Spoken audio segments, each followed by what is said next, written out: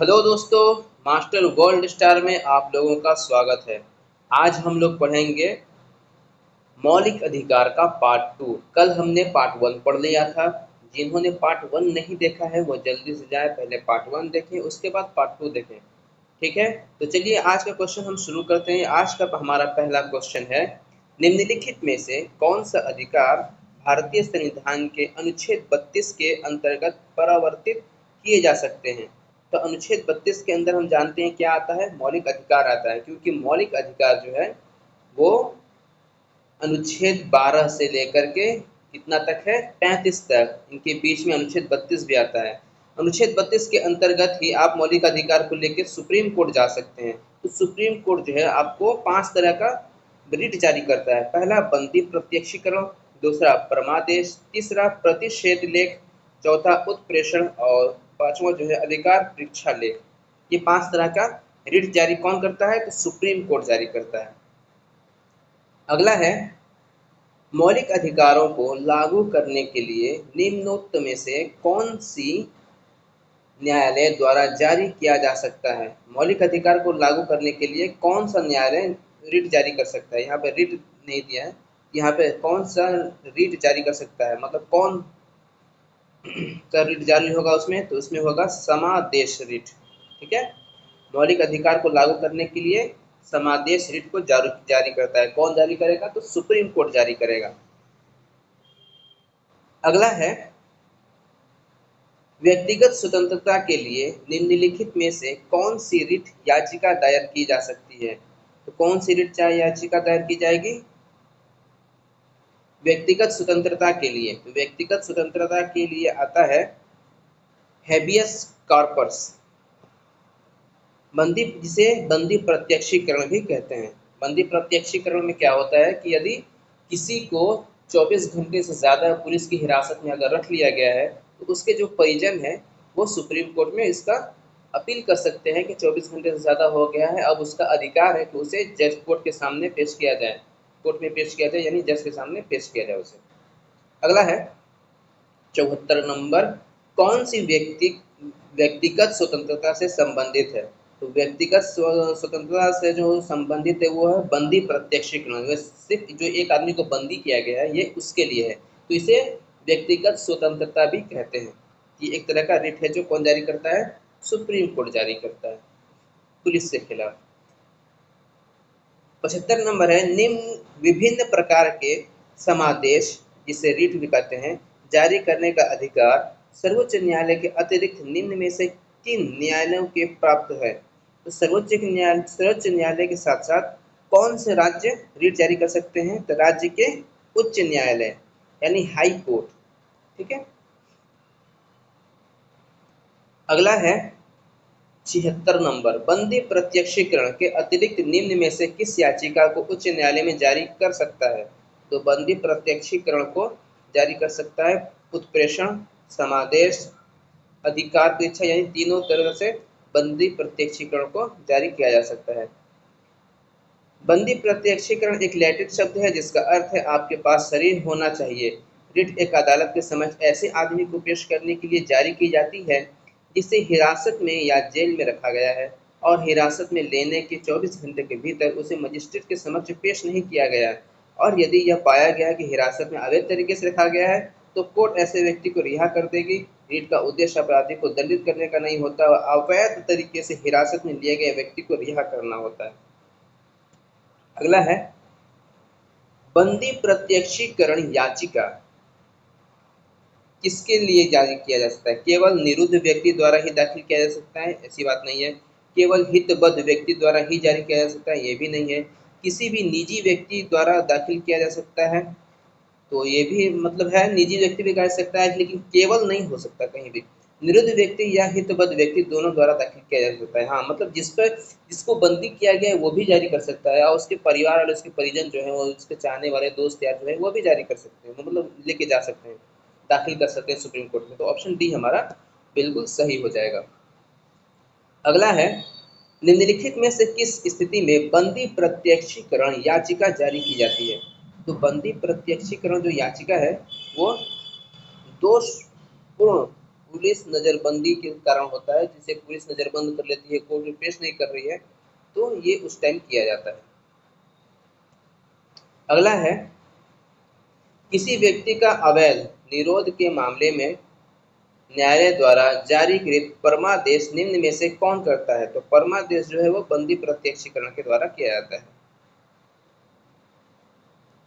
अगला है, निम्नलिखित में से किस याचिका का शाब्दिक अर्थ होता है हम आदेश देते हैं? तो इसका आदेश, इसका मतलब क्या होगा? परम आदेश।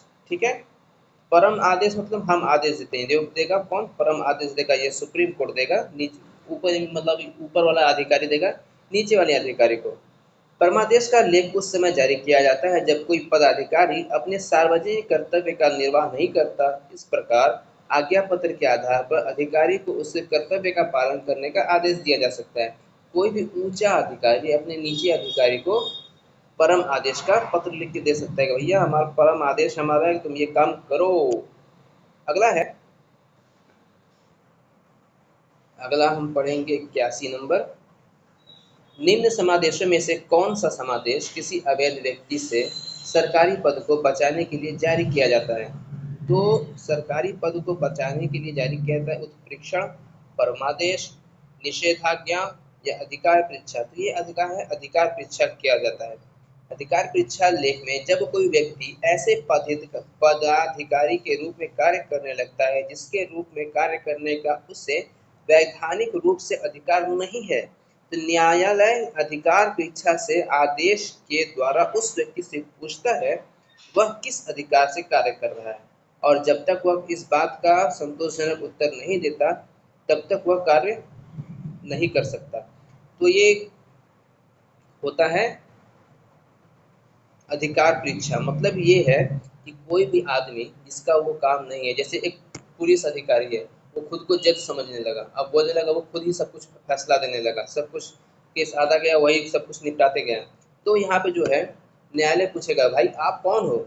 अपने अधिकार से ऊपर काम कर रहे हो, या आपके अधिकार में तो है नहीं। अगर आप किसी कोई आपके यहाँ कुछ हो रहा है तो आप हमारे पास लाओ, लेकिन आप उसके पास नहीं ले जा रहे हो, तो मतलब उसका न्यायालय उसको, पुलिस वाले को या किसी भी ऐसे अधिकारी जो अपने अधिकार से ऊपर काम कर रहा है, या कोई भी इंसान जो अपने लेवल के ऊपर लेवल से काम कर रहा है, उसको अधिकार परीक्षा की रिट जारी कर देगा। कौन? सुप्रीम कोर्ट या कोई भी नहीं, या हाई कोर्ट। ठीक है, अगला है,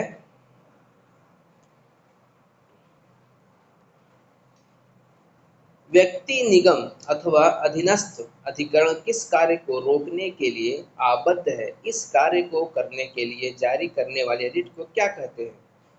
तो मतलब व्यक्तिगत निगम अथवा वही मतलब कोई अपने अधिकार से ज़्यादा काम कर रहा है तो उसे क्या कहेंगे? परम आदेश। उसको रोकने के लिए जो काम किया जाता है, रिट जारी किया जाता है, उसे परमादेश ही कहते हैं। ठीक है, अगला है, वह रिट जो भारत में उच्चतम न्यायालय अथवा सर्वोच्च न्यायालय द्वारा किसी व्यक्ति या सार्वजनिक संस्थान का आदेश देती है कि वह अपने कर्तव्य का पालन करे, वो क्या कहलाता है?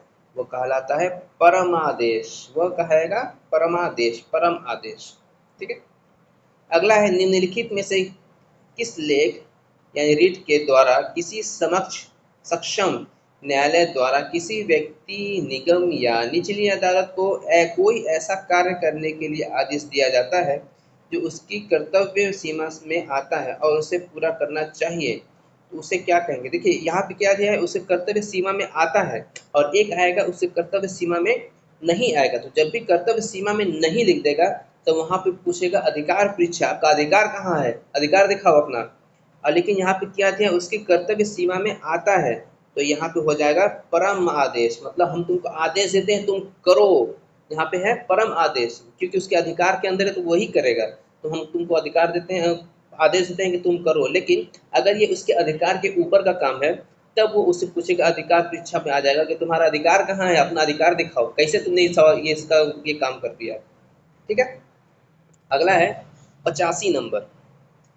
एक ऐसी याचिका जो न्यायपालिका द्वारा जारी की जाती है तथा जिसमें कार्यपालिका को कहा जाता है कि वह यह कार्य जो उसे प्राप्त शक्तियों के अंतर्गत करना चाहिए, उस रिट को क्या कहते हैं? एक ऐसी याचिका जो न्यायालय द्वारा जारी किया जाता है तथा जिसमें कार्यपालिका को कहा जाता है कि वह यह कार्य करे जो उसे प्राप्त शक्तियों के अंतर्गत करना चाहिए, वही परमादेश है। रीट को मतलब उसके जो उसके अंदर में है, तो वो ऊपर वाला उसको बोल रहा है कि भाई तुम अपना काम करो, क्यों नहीं कर रहे हो, करो, मतलब हम तुमको आदेश देते हैं, परम आदेश है हमारा, तुम करो, तो ये होगा परमादेश। परमादेश को इंग्लिश में कहते हैं मेंडेमस। ठीक है, क्या कहते हैं, मेंडेमस। अगला है उत्प्रेषण।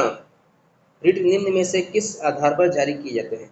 तो उत्प्रेषण जो रिट है वो जारी किया जाता है अधिकारिता का अभाव या अधिकारिता से बाहर किए गए कार्य के लिए। नहीं, सॉरी, उत्प्रेषण रिट उत्प्रेषण रिट किस आधार पर जारी किए जाते हैं? तो अधिकारिता का अभाव या अधिकारिता से बाहर किए गए कार्य के लिए। ठीक, नैसर्गिक न्याय के सिद्धांतों का अतिक्रमण होने पर, ठीक है, अभिलेख में प्रत्यक्षतः प्रकट विधिक त्रुटि के आधार पर। ये तीनों सही है, तो ऑप्शन डी हमारा बिल्कुल सही होगा। अगला है 87 नंबर, निम्नलिखित में से किस याचिका के अधीन किसी कर्मचारी को ऐसी कार्यवाही करने से रोका जाता है जिसके लिए सरकारी तौर पर वह हकदार नहीं है?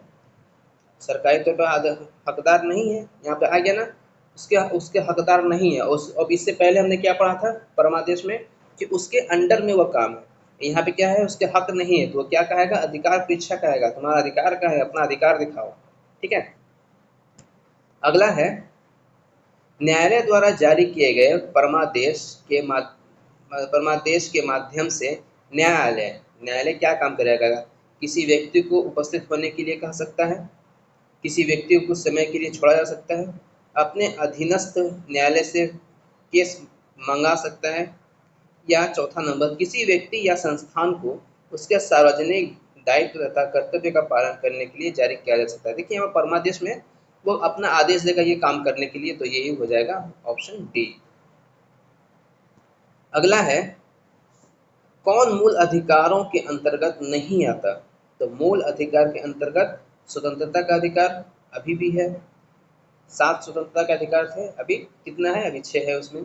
समानता का अधिकार भी है, एक लाइन से सब में समानता का अधिकार है, 14 से लेकर 18 तक अनुच्छेद में है। संपत्ति का अधिकार इसको हटा दिया गया है, तो शोषण के विरुद्ध अधिकार भी है, तो ऑप्शन हमारा सी बिल्कुल सही हो जाएगा। संपत्ति का अधिकार कब हटाया गया था? 44वें संविधान संशोधन 1978 के द्वारा।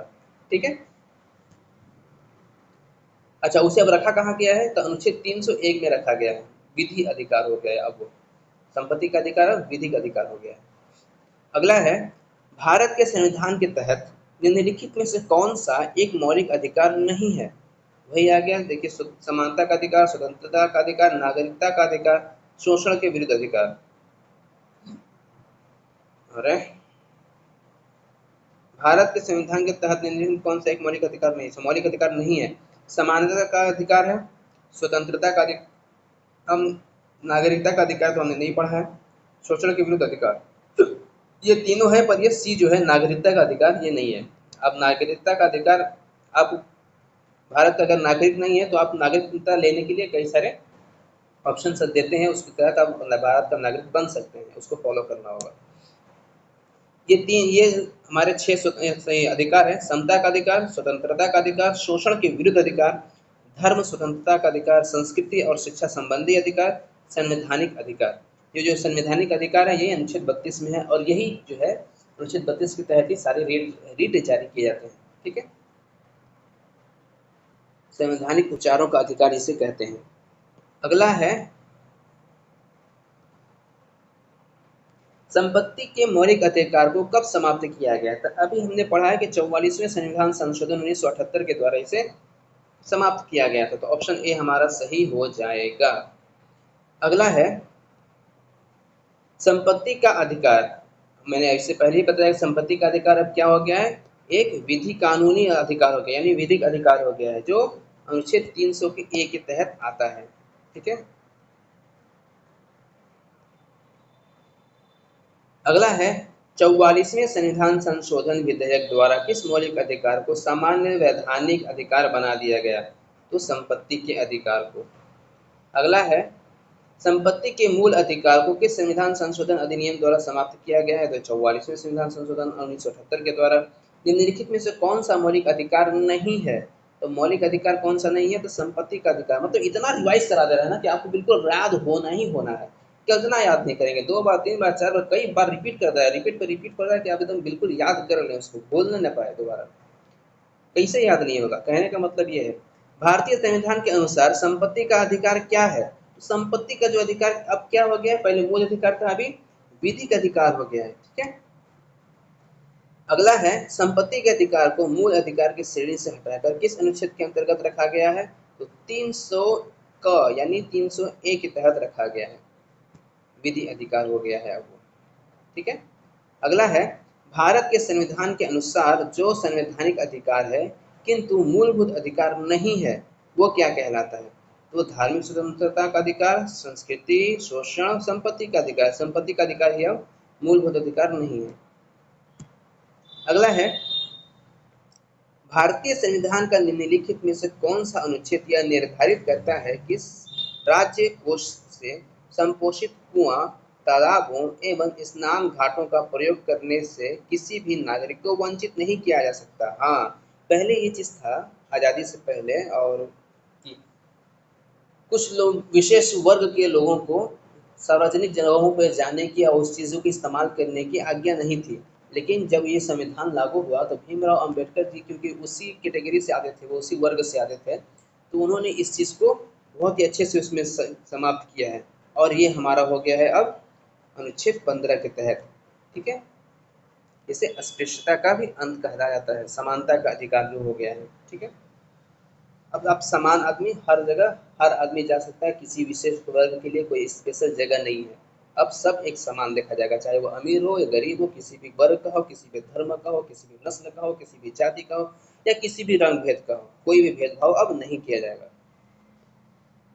अगला है, निम्नलिखित में से कौन सही सुमेलित नहीं है? तो सही सुमेलित, अस्पृश्यता का अंत अनुच्छेद 17 में हमने पढ़ा था। गिरफ्तारी एवं विरुद्ध संरक्षण, ये तो 32 में है, मतलब 2 पहले बाद में होना चाहिए, 2 को पहले कर दिया है, मतलब गलत हो गया यही। तो ऑप्शन हमारा ये हो जाएगा। धर्म के लिए 25 है, अल्पसंख्यक के हित के लिए 29 है, तो बाकी सब सही है, हमारा यही गड़बड़ हो गया है।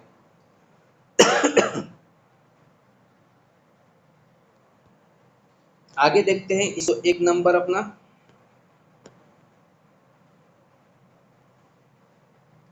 मौलिक अधिकार में कौन सी बात स्वतंत्रता नहीं है? मतलब कौन सी स्वतंत्रता की बात नहीं है?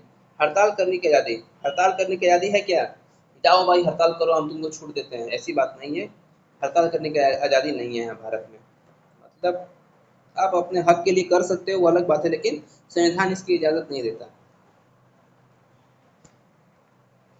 अगला है,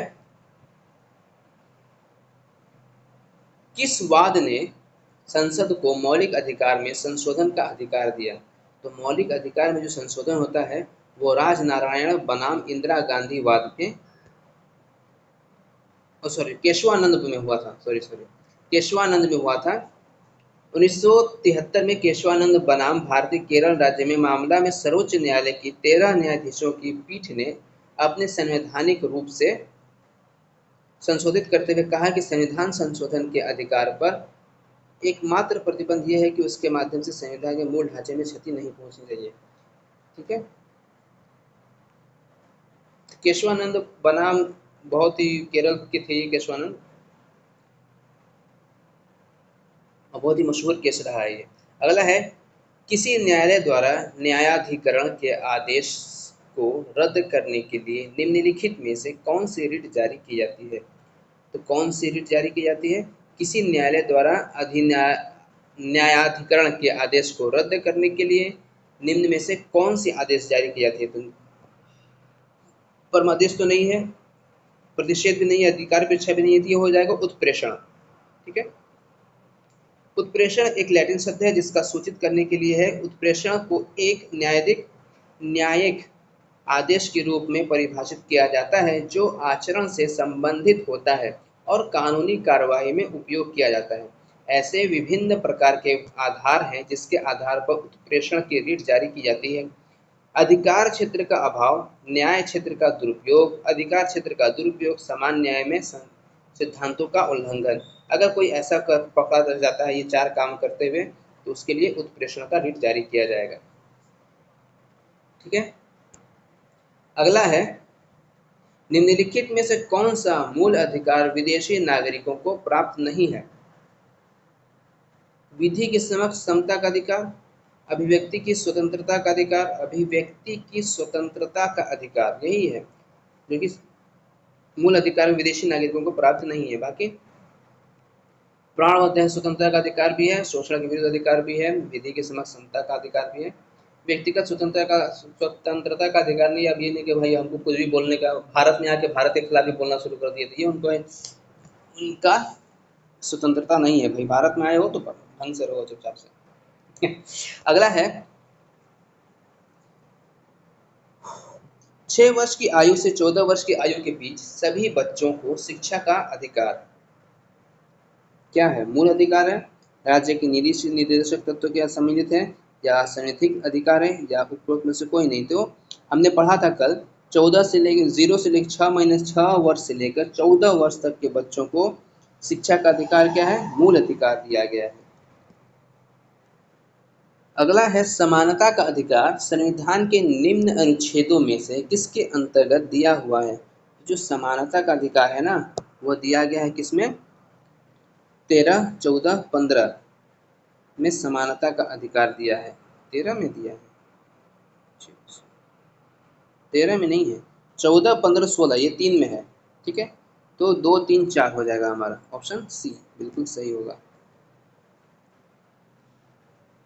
अगला है संविधान के अंतर्गत बंदी प्रत्यक्षीकरण समादेश जारी करने का अधिकार किसमें निहित है? तो बंदी प्रत्यक्षीकरण कौन जारी करेगा? तो बंदी प्रत्यक्षीकरण जो है उच्च न्यायालय तथा उच्चतम न्यायालय मतलब हाई कोर्ट और सुप्रीम कोर्ट दोनों में से कोई भी जारी कर सकता है इसे। ठीक है, अगला है निम्नलिखित में से कौन सा मूल अधिकार नहीं है? देखिए समता का अधिकार मूल अधिकार है, संपत्ति का अधिकार मूल अधिकार था अभी नहीं है, तो ऑप्शन बी हमारा सही होगा। बाकी स्वतंत्रता का अधिकार है, संवैधानिक उपचारों का अधिकार है। अगला है स्वतंत्रता का अधिकार आता है अनुच्छेद 19 के तहत और संवैधानिक उपचारों का अधिकार आता है अनुच्छेद 32 के तहत। परमादेश याचिका का क्या अर्थ है? परमादेश हमने कहा था कि परम आदेश, जिससे इसका मतलब है कि हम आदेश देते हैं, इसका अर्थ यही है हम आदेश देते हैं आपको कि आप ये काम करो, क्योंकि वह काम आपके अंडर में है, आपके ऊपर की नहीं है। जब आपके ऊपर का काम रहेगा तो कौन सा रेट जारी किया जाएगा? अधिकार पृच्छा, आप किस अधिकार से वो काम कर रहे हैं। संविधान के अनुच्छेद 17 और 18 में व्यवस्था है, किसका व्यवस्था है? सामाजिक समानता का। तो 17 और 18 में सामाजिक समानता का अधिकार है। ठीक है, अगला देखते हैं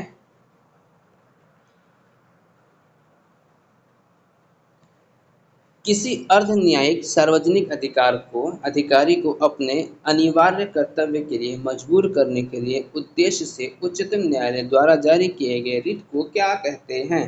तो ये परमादेश ही कहा जाएगा। भाई परम आदेश है हमारा, तुमको करना होगा, करो। अगला है अनुच्छेद 32 के अधीन सर्वोच्च न्यायालय में किस आधार पर राहत के लिए मना कर सकता है? तो अनुच्छेद 32 के आधार पर न्यायालय में किस आधार पर राहत के लिए मना कर सकता है? तो व्यथित व्यक्ति एक अन्य दूसरे न्यायालय में उपचार या उपाय पा सकता है कि विवादित तथ्य की जांच की जानी चाहिए कि किसी भी मूल अधिकार का उल्लंघन नहीं हुआ है। हाँ, इसलिए सही है, किसी भी मूल अधिकार का उल्लंघन नहीं होना चाहिए। तो ऑप्शन सही हमारा सही है, तभी आपका अनुच्छेद 32 आपका काम करेगा। अगला है भारत में उच्चतम न्यायालय ने निम्नलिखित मामलों में से किस में माना था कि मौलिक अधिकार में संशोधन नहीं किया जा सकता? तो मौलिक अधिकार में जो संशोधन नहीं होगा ये किस में माना था? तो गोलकनाथ बनाम गोलकनाथ मामले में किया गया था। संविधान के अनुच्छेद 13 में यह व्यवस्था कर दी गई है कि संसद द्वारा कोई भी कानून नहीं बनाया जाएगा जिससे संविधान के भाग 3 में वर्णित मौलिक अधिकार का उल्लंघन होता हो, परंतु 1951 में संविधान में लागू होने के 1 वर्ष के अंदर ही प्रथम संशोधन करके एक नया नियम पारित किया गया। अगला है, निम्नलिखित में से कौन सा भारत के संविधान के मूल अधिकार का अंश नहीं है? अच्छा, मूल अधिकार का अंश नहीं है इसमें, चलिए बताते हैं कौन सा है। मानव दुर्व्यवहार और बलात् श्रम का अधिकार बिल्कुल है भैया। कारखानों में बालकों को नियोजन का प्रतिषेध, ये भी है। उद्योग के प्रबंध में श्रमिक की सहभागिता, ये तो हमने नहीं पढ़ा था कल। किसी व्यक्ति को करना, किसी वृत्ति को करना या किसी व्यवसाय, व्यापार या कारोबार को आगे बढ़ाना, ये भी है। मतलब ऑप्शन सी हमारा बिल्कुल सही होगा। अगला है, भारतीय नागरिकों के मौलिक अधिकारों को नियुक्त प्रतिबंध को आरोपित करने की शक्ति किसके पास है? तो ये शक्ति जो है किसके पास है? तो ये संसद के पास हो शक्तियां होती हैं। ठीक है। अगला है, किसी कैदी को न्यायालय के समक्ष प्रस्तुत करने के लिए किस रीट की आवश्यकता होती है? तो कैदी को न्यायालय के सामने जारी कर किया जाएगा तो बंदी प्रत्यक्षीकरण। इसमें हमने बताया था कि यदि किसी को अवैध रूप से गिरफ्तार कर लिया गया है और उसे 24 घंटे के अंदर न्यायालय में पेश नहीं किया गया है तो वो या उसके परिवार वाले हाई कोर्ट या सुप्रीम कोर्ट में जा सकते हैं। भारत के संविधान का अनुच्छेद 19 डी के संबंध का 19 डी का संबंध किससे है? जो 19 डी का संबंध है वो समस्त भारतीय क्षेत्र में स्वतंत्रता पूर्वक आवागमन का अधिकार है। मैंने बताया था कल कि स्वतंत्रता का जो छेद है उसको मैं एक कहानी की तरीके से मैंने बताया था कि कैसे पहले बोलने का अधिकार है, फिर सभा करने का अधिकार है, बिना हथियार के खाली हाथ सभा करने का, शांतिपूर्वक सभा करने का इत्यादि। इस तरीके से मैंने आपको बताया था आपको। ठीक है, तो ऑप्शन हमारा हो जाएगा ऑप्शन डी सही हो जाएगा। अगला है 18 नंबर, भारतीय संविधान का निम्नलिखित में से कौन सा अनुच्छेद शिक्षा का अधिकार प्रदान करता है? तो शिक्षा का जो अधिकार प्रदान करता है वो अनुच्छेद 21 का ए प्रदान करता है। अगला है, भारत के संविधान के निम्नलिखित अनुच्छेद में से कौन सा अनुच्छेद 6 से 14 वर्ष के आयु के सभी बच्चों को मुफ्त और अनिवार्य शिक्षा से संबंध है? तो मुफ्त और अनिवार्य का जो शिक्षा है वो संबंधित किससे है? तो 21 का ए से है। ठीक है, जिसे 86वें संविधान संशोधन अधिनियम 2002 के द्वारा जोड़ा गया था। इसे लागू सन 2010 में किया गया था। 2021। अगला है, भारत के संविधान के अनुच्छेद 24 जोखिमपूर्ण कार्य से संबंधित कारखानों में बालकों के नियोजन को निषेध करता है। ऐसा निषेध क्या कहलाता है? तो पूर्ण निषेध कहलाता है ये। ठीक है, अगला देखेंगे, भारत के संविधान का कौन सा अनुच्छेद भारत के नागरिकों को संवैधानिक उपचार प्रदान करता है? तो संवैधानिक जो उपचार प्रदान करता है वो अनुच्छेद 32 है। ये 3 तरह के रिट जारी करता है। ठीक, 5 तरीके के रिट जारी करता है, 3 बोल रहा हूँ। अगला है, भारतीय न्याय व्यवस्था में रिट किसके द्वारा जारी किया जाता है? तो जो रिट जारी किया जाता है वो केवल सर्वोच्च न्यायालय, उच्च न्यायालय, मतलब केवल सर्वोच्च न्यायालय और उच्च न्यायालय ही रिट जारी कर सकते हैं। बाकी कोई जिला जज, जिला कोर्ट जो है वो न्यायालय वो रिट जारी नहीं कर सकता। ठीक है, अगला है, सूची को एक सूची को दो सूची से मिलाना है। तो सूची के नीचे दिए कोड को सही उत्तर का चयन करिए। मौलिक अधिकार नंबर 1 पे है, मौलिक अधिकार किस अनुच्छेद में आता है? तो मौलिक अधिकार जो है वो आता है इसमें, आ गया है। अच्छा, मौलिक अधिकार दिया है, मौलिक अधिकार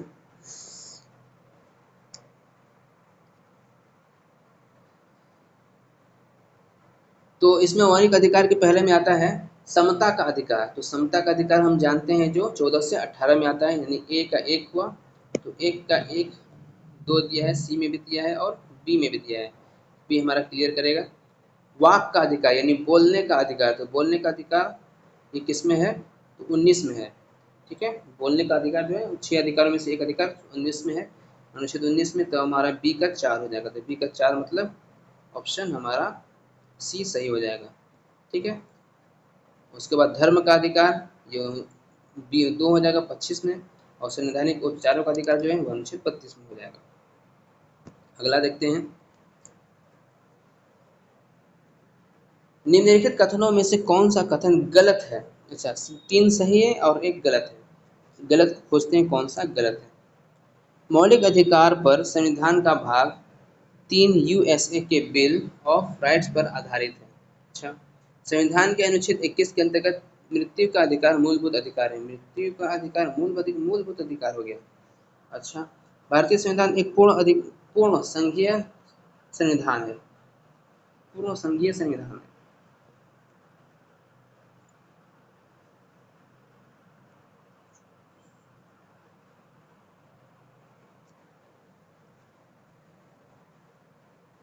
और पूर्ण संघीय संविधान तो है नहीं। भारतीय संविधान के अनुसार मूलभूत अधिकार को हटाया जा सकता है। नहीं, ऐसे तो नहीं है। सिर्फ पहला ही ऐसा लग रहा है कि मौलिक अधिकार का संविधान जो भाग है, भाग 3 है, वो यूएसए के से लिया गया है। एक यही तो सही है, बाकी न किसी को मरने का अधिकार है, न भारत एक पूर्ण संघ का है, और न इस मूलभूत अधिकार को हटाया जा सकता है। तो मतलब 2, 3 और 4 ये तीनों गलत है। तो 2, 3, 4 जो है ऑप्शन डी हमारा बिल्कुल सही हो जाएगा। अगला है, भारतीय संविधान का निम्नलिखित में से कौन सा अनुच्छेद जबरन श्रम को प्रतिबंधित करता है और शोषण को रोकता है? तो शोषण के विरुद्ध जो है वो अनुच्छेद 23 आता है। ठीक है। अगला है, विधि के सामने समानता का अधिकार। तो समानता का अधिकार किसके है? नागरिक अधिकार। वर्तमान समय में भारतीय संविधान के अंतर्गत संपत्ति का अधिकार क्या है? मैंने बताया था अभी, क्या है ये? मौलिक अधिकार पहले था, अभी क्या है? विधिक अधिकार है। तो वैधानिक विधि अधिकार, जिसे वैधानिक अधिकार भी हम कहते हैं। तो ऑप्शन बी हमारा हो जाएगा। अगला है, निम्नलिखित में से कौन सा मौलिक अधिकार नहीं है? तो मौलिक अधिकार कौन सा नहीं है इसमें? व्याख्यान स्वतंत्रता का अधिकार, संवैधानिक प्रतिकार का अधिकार, समानता का अधिकार, ये तो तीनों है भैया। 14 संपत्ति का अधिकार अब नहीं मौलिक अधिकार रहा। अगला है, भारतीय संविधान का कौन सा अनुच्छेद अस्पृश्यता का उन्मूलन करता है और किसी भी रूप में इसके व्यवहार का निषेध करता है? तो अस्पृश्यता का जो अंत है वो अनुच्छेद 17 में किया गया है। अगला है, मौलिक अधिकारों को लागू करने के लिए रिट जारी की जाती है। तो रिट जारी का हमने पढ़ा है, कौन करता है? तो ये उच्च न्यायालय और उच्चतम न्यायालय दोनों करते हैं। तो यहाँ पे दिया है, उच्चतम न्यायालय का नाम ही नहीं, उच्चतम न्यायालय और उच्च न्यायालय का नाम नहीं है, उच्चतम न्यायालय दिया है तो हमसे उच्चतम न्यायालय लगा देंगे। अगला हमारा है 21 नंबर, और आज निम्नलिखित में से कौन सा मौलिक अधिकार नहीं है? तो मौलिक अधिकार समानता का अधिकार है, स्वतंत्रता का अधिकार है, शोषण के विरुद्ध अधिकार है, संपत्ति का अधिकार नहीं है। तो ऑप्शन डी हमारा हो जाएगा। सूचना का अधिकार किस राज्य से में लागू नहीं था? अच्छा, सूचना का अधिकार किस राज्य में लागू नहीं था? तो जम्मू कश्मीर में पहले लागू नहीं था, क्योंकि उसका कुछ अलग ही नियम कानून था। अभी सब कुछ बराबर हो गया है, तो जम्मू कश्मीर से चीज हट गया है। ठीक है। अगला है, मौलिक अधिकार में संशोधन करने में कौन सक्षम है? तो मौलिक अधिकार में कोई संशोधन कर सकता है, तो कौन कर सकता है? संसद कर सकता है। उसके बाद फिर सुप्रीम कोर्ट जांचेगा कहीं उसके मूलभूत अधिकार में कोई ऐसा तो नहीं कि किसी का मौलिक अधिकार ही छीन लिया गया। भारतीय संविधान में किसमें भारतीय स्वतंत्रता न्यायालय को समान कार्य के लिए समान वेतन का मौलिक अधिकार निगमन करने हेतु सक्षम किया है? संविधान की प्रस्तावना में प्रयुक्त समाजवाद शब्द ए को संविधान के अनुच्छेद 1 के साथ मिलाकर पढ़ना, ए को संविधान के अनुच्छेद 16 के साथ मिलाकर पढ़ना, ए बी सी सभी को मिलाकर पढ़ना।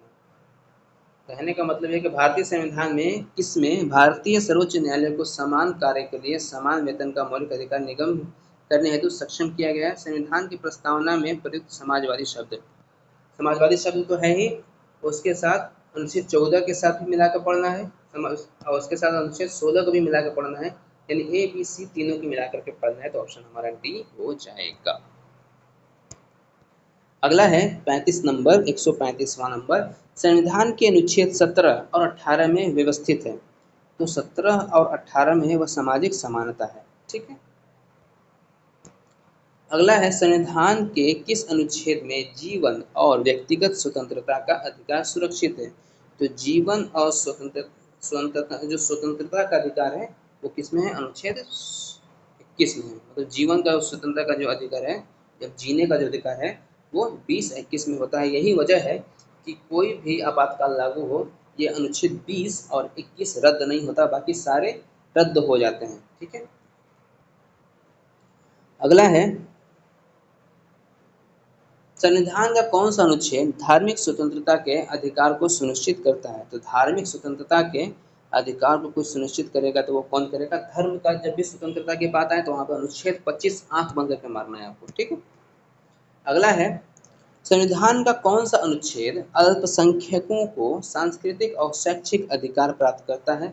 तो ये हो जाएगा ऑप्शन हमारा 30, मतलब अनुच्छेद 30 हो जाएगा। ठीक है, अगला है संविधान का कौन सा अनुच्छेद मौलिक अधिकारों के उल्लंघन पर न्यायिक समीक्षा का अधिकार प्रदान करता है। तो न्यायिक समीक्षा का जो अधिकार प्रदान करता है ये करेगा अनुच्छेद 32, जिसके तहत रिट जारी करेगा सुप्रीम कोर्ट और हाई कोर्ट।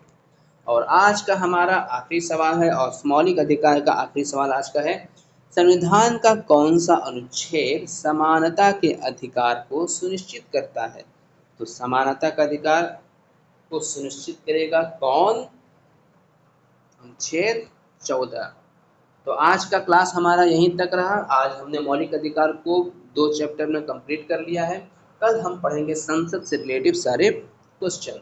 तो चलिए मिलते हैं अगले क्लास में। तब तक के लिए आप हमारे चैनल को लाइक करिए, सब्सक्राइब करिए और उसको शेयर ज़रूर करिए।